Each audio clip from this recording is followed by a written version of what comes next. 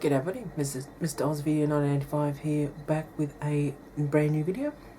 And this time around I'm doing a random Doctor Who review series. And basically, as the title suggests, I will be doing random Doctor Who reviews of Doctor Who, classic Doctor Who, as well as the revival, 2005 revival, of course, started with Christopher Eccleston in 2005.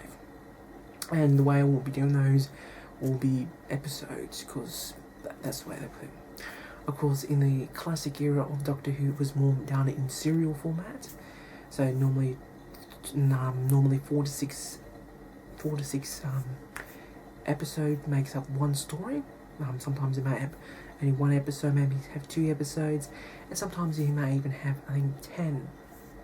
I think the War Games was 10, I think. But basically that's how I run, and how I will be doing these reviews of sorts will be random. So I may, whatever tickles my fancy.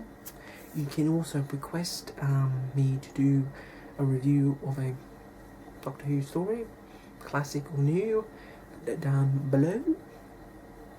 But now I don't know how when these videos will be, how these will be posted. But so played by ear, basically just me talking about Doctor Who, one of my favorite sci-fi shows. Doctor Who, Star Trek, up there is my both favourite ones. It's very hard for me to pick between Doctor Who and Star Trek. I both love those shows for different reasons. I got to Doctor Who in 2011, so it's been my recently possession, what do I call it? Obsession. Recently, I was obsessed about it. And Star Trek has always been things since the late 90s, so yes. Enough about that. I decided to do a random review, Doctor Who random review, of the first Doctor and the first story of the Unearthly Child. Of course, this stars William Hartnell as the first Doctor. Also, you have the Doctor's grandchild, Susan Foreman, played by Carol Ann Ford. You have Ian Chesterton, played by William Russell, and you got also who played Barbara Walsh as well. I don't know her name, sorry. Anyway, Another Child. This is really bag about this. Susan Foreman is a mystery of a teacher, Ian and Barbara, who seems to know more than she about the past and the future. Currently, they lead them in, and the two teachers follow them home one night, only to find her home appears to be a deserted junkyard. In the junkyard, they are discovered a police telephone box. A strange old man who claims to be Susan's grandfather and calls himself the Doctor. The journey of the lifetime about to begin.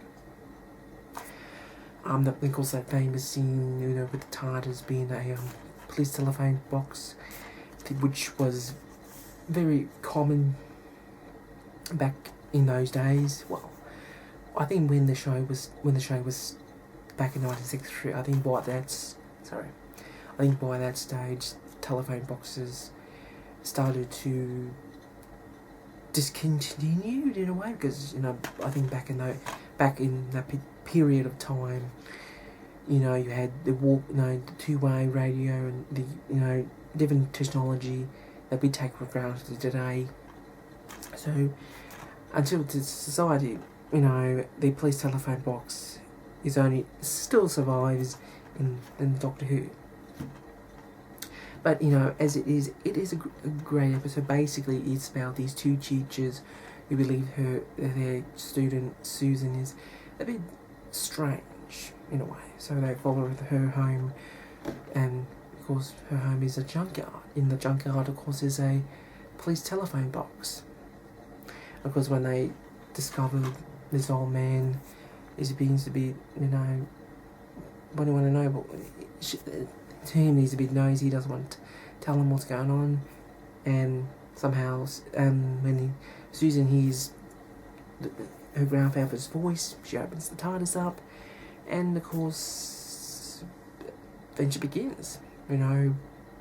It's bigger in the inside than the outside, and yes, and basically, the Doctor. They try to explain to the thing that it's about TARDIS being time relevant dimension. They're aliens, and the Doctor tries to explain to Susan that they can't let Ian and Bubba go. So he makes a decision to whisk them away to the back of the Stone Age. And watching this episode back in 1963, people who've been stunned by this. It really was. It wasn't anything like that on television at that stage. And let's face it, this show was primarily supposed to be a kids' show. Talk about history, going back in time, learn about history and things like that. But eventually, there's a lot of history kind of stories in probably the first Doctor's era, more so than anything else. And they travel back to the Stone Age. You have these group of cave people or cavemen, and trying to discover fire. And of course, the Doctor and all his thing gets caught up with all this. Probably one of the things seen is in this episode, is the other caveman, was when they're trying to get back to the TARDIS. One of the cavemen is slowing them up, and the Doctor decides to take a rock and was going to, basically going to get rid of him to get back to the Doctor, to get back to the TARDIS. And of course, Ian stopped him, and by that stage, it kind of changed the character's style to it. And yes, I really enjoy this episode. And of course, Unearthly Child, the first episode, what they've been broadcast, had two different versions of the movie, of the show. The reason why is that when the show went out in September the 20th, September the 23rd of November, 1963. Of course, it happened the day after the assassination of US President JFK, and all the attention was on because it happened the day before. So they decided to re-show the episode again the following week. And of course, they had two different versions of the thing, because in watching two versions, you can see the difference to it, and things like that. And yeah, I really enjoyed the first episode of Doctor Who. The other stories into the whole story itself, but the first episode was good. The other ones were they were alright. They probably didn't it could probably treat the other. It could probably watch down Unearthly Child and don't have to watch those other ones with the cavemen. But I don't dislike the episodes of those ones at all. So yes, special features. You got commentary by pilot. You got commentaries. You got the pilot episode. You have the things like that. Color gallery, digital remasters.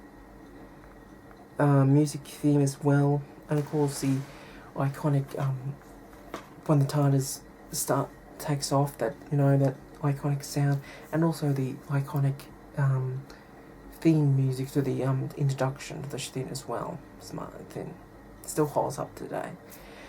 So yes, looking, this is the UK release of the thing.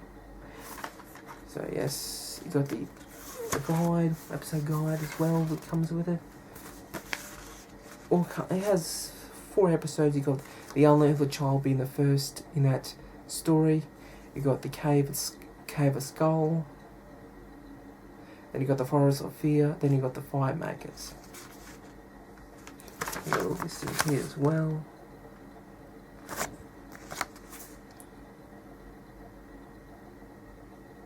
Anyway.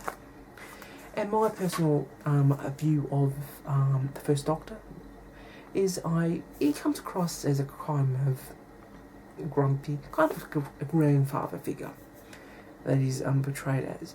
He slowly, in episodes, he slowly became a very, very touching Doctor. He came to being that. I like him as the Doctor. He was I think he played good as the Doctor. And watching the docudrama Adventure in Time and Space, I think it's Adventure in Time and Space. You can see, because that was played by that thing by David Bradley. You can see that he really did. He took on the role. He really wanted Doctor Who to succeed. And watching that documentary or docudrama, I highly recommend it. I have did a review for that. I'm not quite sure if this will be up. This review would have been on my channel yet, but I highly recommend that. The docudrama, Adventure in Time and Space, Adventure in Time, Space and Time. One of the two, whatever. So all that. As it is, Unearthly Child story. Absolutely recommend it. Recommend. A start of a legend that has survived, has passed 50 years. And there's no other show that you can claim that, and of course Doctor Who is, and still will be, the longest running sci-fi show in the world. So, I hope you enjoy this random Doctor Who review. As I said, any requests, recommend things, leave a comment underneath. Until my next video, this is Mr. Oz Video 1985 saying bye for now, not forever, and I'll catch you in the TARDIS soon. Ciao.